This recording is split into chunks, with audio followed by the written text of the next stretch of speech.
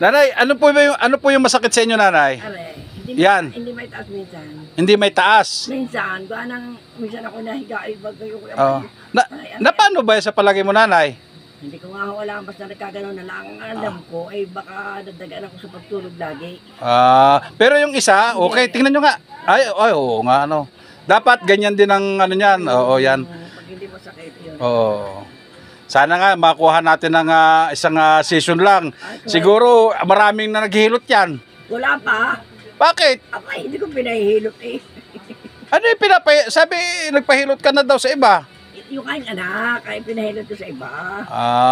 Kala ko ikaw. Ay, dadali ko dito ng matuluyan ng gumaling. Sige po ha.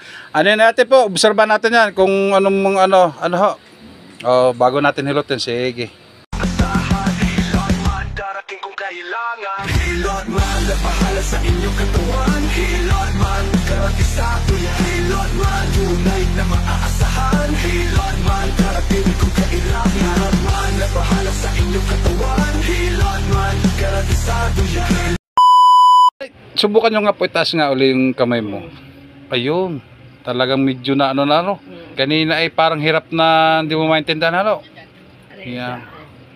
Yun, okay. Kasi parang nakaano siya kanina parang tagilid na ano kanina. Nilalampas ko na. Nilalampas. Di mo siya may lampas yan, ano? Na ano mo na dito, ano? Iyon. Parehas na. Iyon. Sige.